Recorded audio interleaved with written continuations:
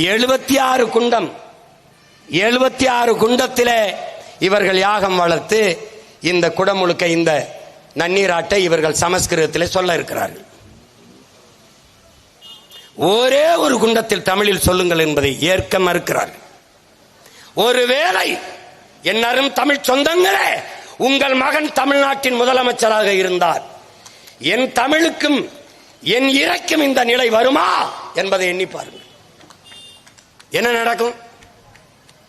தானா நடக்கும். தமிழிலே குடமுழுக்கு. அவர்கள் சொன்னது என்ன தெரியுமா? ஒரு குண்டத்தில் கூட தமிழில் சொல்ல முடியாது. இந்த துணிவு எப்படி வந்தது?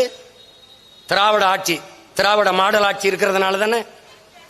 ஏனால் தமிழுக்கும் அவர்களுக்கும் ஒரு சம்பந்தம் இல்லை. ஏன் இந்த வழி அதிகாரத்தில் இருக்கவர்களுக்கு வரவில்லை? தமிழன் கோவப்படுவான், தமிழன் நமக்கு வாக்கு செலுத்த மாட்டான் என்கிற அச்சம் ஏன் வரவில்லை?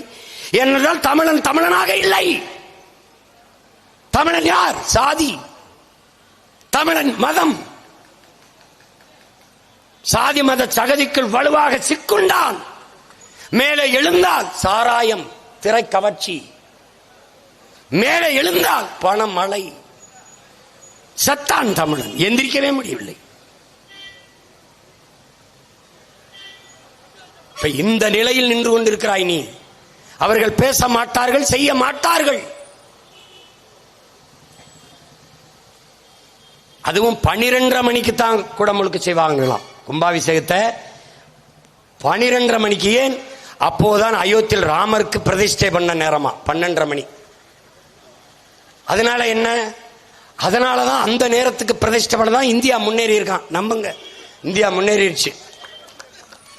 அப்ப இந்தியா முன்னேறினது போல தமிழ்நாடு முன்னேற வேண்டும் என்றால் அதே 12:30 மணிக்கு குடமுழுக்கு நடத்தணுமா? ஏன்னா அப்ப இந்தியா முன்னேறிச்சுன்னா தமிழ்நாடு முன்னேறி இருக்கணும்டா. அப்ப தமிழ்நாடு தனியா இருக்கு. இதுக்கு தனி மந்திரம் வச்சிருக்காங்க.